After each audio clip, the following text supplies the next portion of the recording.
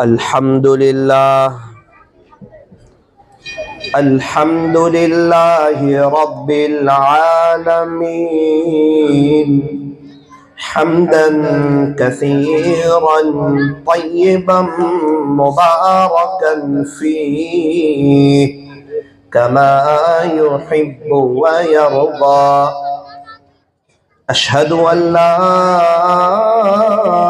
إله إلا الله وحده لا شريك له في الخلق والأمر، وأشهد أن سيدنا وسندنا وحبيبنا وشفيعنا وخليلنا ومولانا محمدا عبده ورسوله المبعوث إلى الأسود والأحمر المنعوت بشرح الصدر ورفع الذكر، صلى الله عليه وعلى آله وأصحابه الذين هم خلاصة العرب العرباء وخير الخلائق بعد الأنبياء. أما بعد فأعوذ بالله من الشيطان الرجيم. بسم الله الرحمن الرحيم. يا أيها الذين آمنوا قوا أنفسكم وأهليكم نارا. صدق الله مولانا العظيم. وقال النبي صلى الله عليه وسلم خيركم من تعلم القرآن وعلمه. وقال عليه الصلاة والسلام إنما الأعمال بالنيات. رواه البخاري. وصدق رسوله النبي الكريم. ونحن على ذلك لمن الشاهدين والشاكرين، والحمد لله رب العالمين.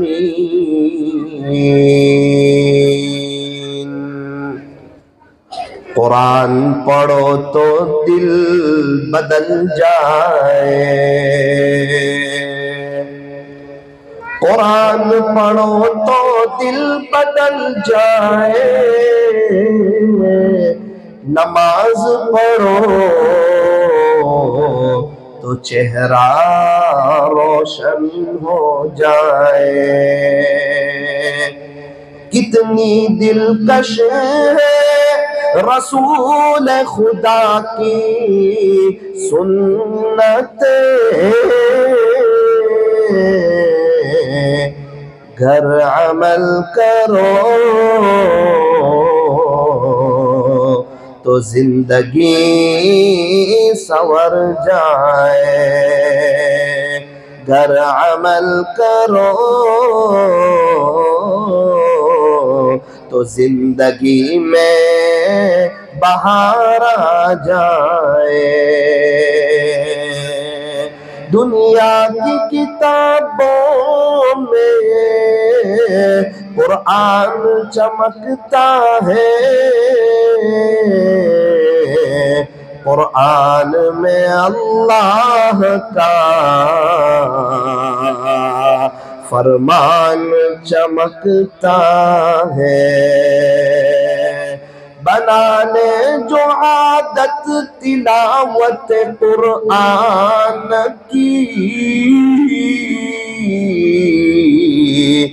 اللہ کی نظروں میں وہ انسان چمکتا ہے اللہ کی نظروں میں، وہ انسان چمکتا ہے۔ قرآن سے مت کہو کہ مجھے کام ہے، کام سے کہو کہ مجھے قرآن پڑھنا ہے۔ یہ مدرسہ تعلیم الاسلام کا، یہ مدرسہ تعلیم الاسلام کا جو نظام ہے، مسجد ہیرا والوں یہ اللہ کا بہت بڑا انعام ہے۔ سگرام پورا والوں یہ اللہ کا بہت بڑا انعام ہے۔ محبت سے درود شریف پڑھ لیجیے۔